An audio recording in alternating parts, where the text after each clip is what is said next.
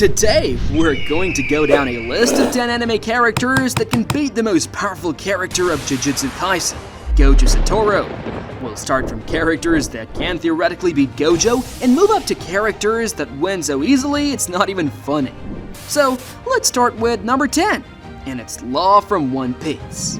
Starting with Law from One Piece, now getting some things out of the way, the first thing most people bring up to say Gojo wins every fight is his Infinity Technique. And I'm going to admit, it's a pretty overpowered technique. If you haven't watched Jujutsu Kaisen and you have no idea what that is, well, Gojo's Infinity Technique allows him to stop anything that comes within a certain distance of him. Using this technique, Gojo makes it essentially impossible to touch him. So, how does Law bypass something so broken? Well, Law's room allows him to completely bypass space entirely. In his room, he's the ruler of anything involving space manipulation that includes the space around Gojo. But it's not like he even has to touch Gojo to take him out, because his devil fruit, the Ope Ope no Mi, also allows him to cut anything inside and completely rearrange it in any way he chooses. Now, of course, for all this to happen, you have to be caught in Law's aura sphere. And Gojo isn't going to just stand there and let that happen. But if it did happen, then it's a clear win. Number 9, Light Yagami from Death Note. And then there's Light Yagami, and this one barely needs any explanation. The Death Note is to be one of the most overpowered objects in anime history. The Death Note allows anyone who owns it to write down a person's name and a set of actions that should end in the person's death. If the things written in the Death Note are not physically possible or actions are not specified, the person simply dies of a heart attack. And Gojo is a pretty unbelievably overpowered character, but even he isn't immune to the power of the Death Note. Now, why this is more on the theoretical side is because, like previously stated, Light would have to get Gojo's full name. If he was living in the world of Jujutsu Kaisen and had knowledge of the Jujutsu Academy, that wouldn't be hard at all considering how popular he is. But that's in an ideal scenario. If we are assuming that they're just meeting each other for the first time and Gojo isn't dumb enough to drop his full name when asked, then his opponent is just a pretty smart average teenage boy. Number 8, Nanika from Hunter x Hunter. Then there's Nanika, whose definition of don't judge a book by its cover. Nanika is a mysterious dark continent entity that lives in the body of Iluka Zoldyck. She may look like a cute little girl, but Nanika's powers are wish-granting. Essentially, after a person fulfills 3 of Iluka's requests, Nanika will assume control over Iluka's body and grant 1 wish. These wishes are practically limitless and have no real boundaries. She's been able to do things from small feats of levitation to reality, space, and time-bending actions. This makes Nanika pretty much all-powerful, and if they do have a reason to want Gojo gone, he'll be gone.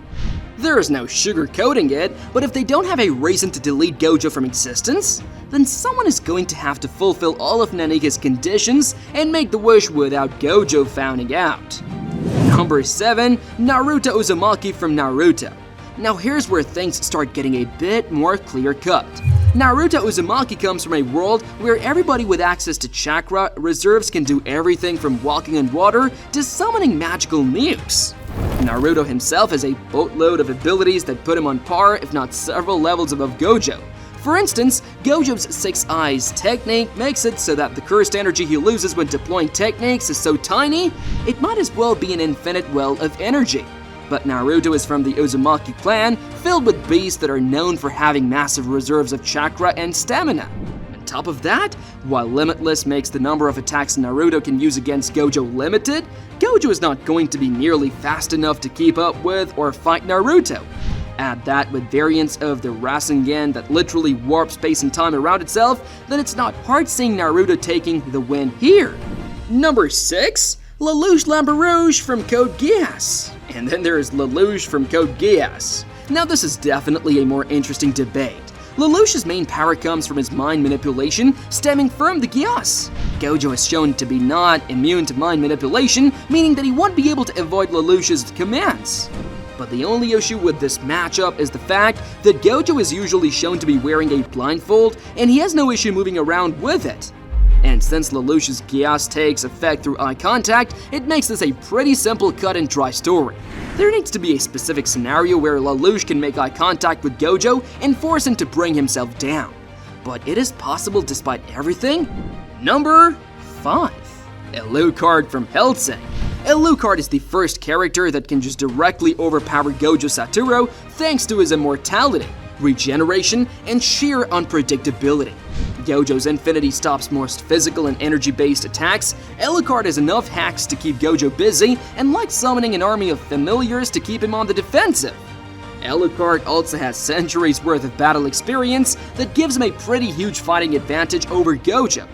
And that's all before we add in Luard's ability to manipulate darkness and distort his form, which can possibly bypass Gojo's infinity by attacking from unconventional angles or overwhelming him with sheer numbers. This could still go either way, and it more or less depends on who can outlast the other, but I can see Luard carrying this one home. Number 4, Mob from Mob Psycho. And then once again, we have a reality warping entity going up against someone whose powers rely on reality manipulation.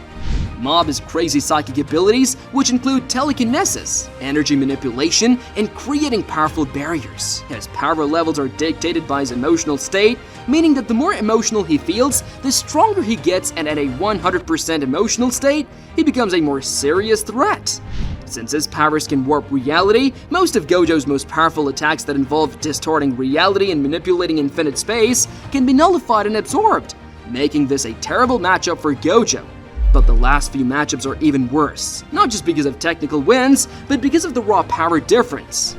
Number 3, Rimuru from Reincarnated as a Slime. And starting up our top 3 is Ruru Tempest.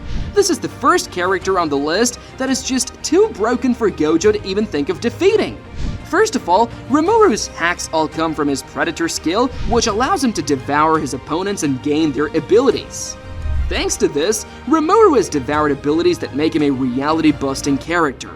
Rimuru also has Basal Booth, which is a system that accompanies him and allows him to analyze battle situations and develop solutions to almost any scenario as it's happening. Add in the fact that he can also absorb attacks as well and not just people. These attacks can then be analyzed so Rimuru is able to defend against them or use them as his own.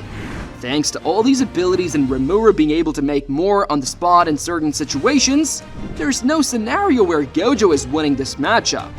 Number 2, Goku from Dragon Ball. Next up is Goku from Dragon Ball, who is pretty much the final boss of anime characters at this point. Goku is much stronger than Gojo in pretty much every way.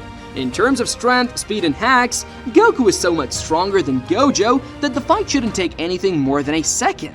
Let's also add in the fact that a majority of Gojo's attacks are either too slow or too weak to affect Goku, and that includes Hollow Purple. Add that to the fact that Goku has shown multiple fates that sometimes completely break reality and the world around him. It's easy to say that this one goes to Goku. The power gap is just too much for Gojo to handle, and he's not winning this one. Number 1, Saitama from One Punch Man. And then finally, we have Saitama at the top of our list. Don't lie, you were waiting for him to be on this list, weren't you?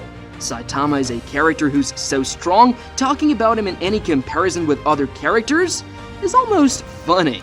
We have never seen Saitama use more than a moderate or basic amount of effort to beat anyone. But for a guy whose main gimmick is being able to defeat anyone in one punch, how does he square up against someone he can't punch? First of all, let's talk about if Gojo can even damage Saitama.